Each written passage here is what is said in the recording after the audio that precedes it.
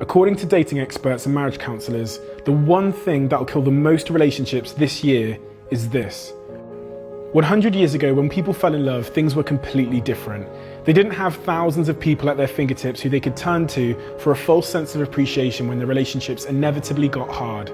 After an argument, they couldn't just pick up a device and swipe through thousands and thousands of apparently flawless filtered faces that live just around the corner, one message away from supposedly giving you exactly what you're looking for. When you scroll through social media, you'll see relationships that look perfect. The long, lovey-dovey posts about being with my best friend, the cute selfies, the romantic anniversary pictures. We see these things, but we never see reality. The arguments, the conflicts, and the difficulties that all relationships have. So our expectations change, and naturally we start comparing our relationships to a false standard.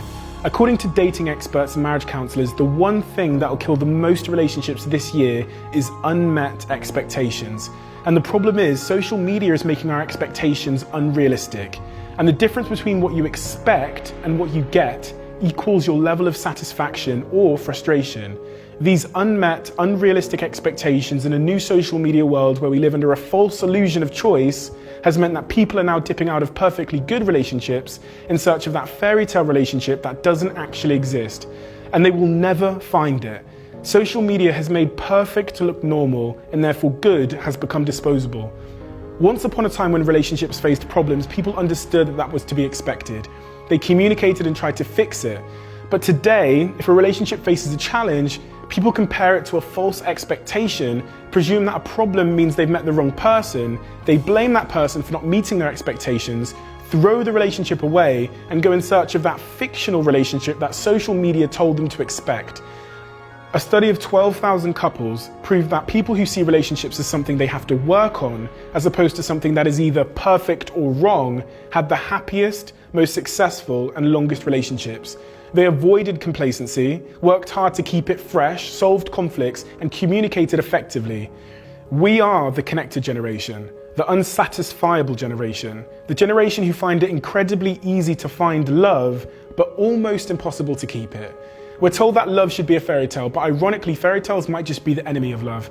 And not just because we look for fairy tale relationships, but because we're looking for them on a fairy tale timeline. Society tells us to get a degree at 18, a job at 21, fall in love by 25 and buy a house by 30, have kids at 35 and retire at 60. The stories of how our lives are meant to be going lead us to make poor love decisions in order to meet fairy tale timelines, and people end up getting into relationships not because they're compatible, but because society has told them that they should be, and it's made them scared of being alone. The truth is, one of the other reasons so many relationships are ending in 2018 is because they were created for the wrong reasons, and they were never meant to start in the first place. It takes a strong person to remain single in a world that is accustomed to settling with anything just to say you have something. And once you have something worthwhile, in 2018 it takes an even stronger person to realize that, to not take it for granted, and to work hard to keep it.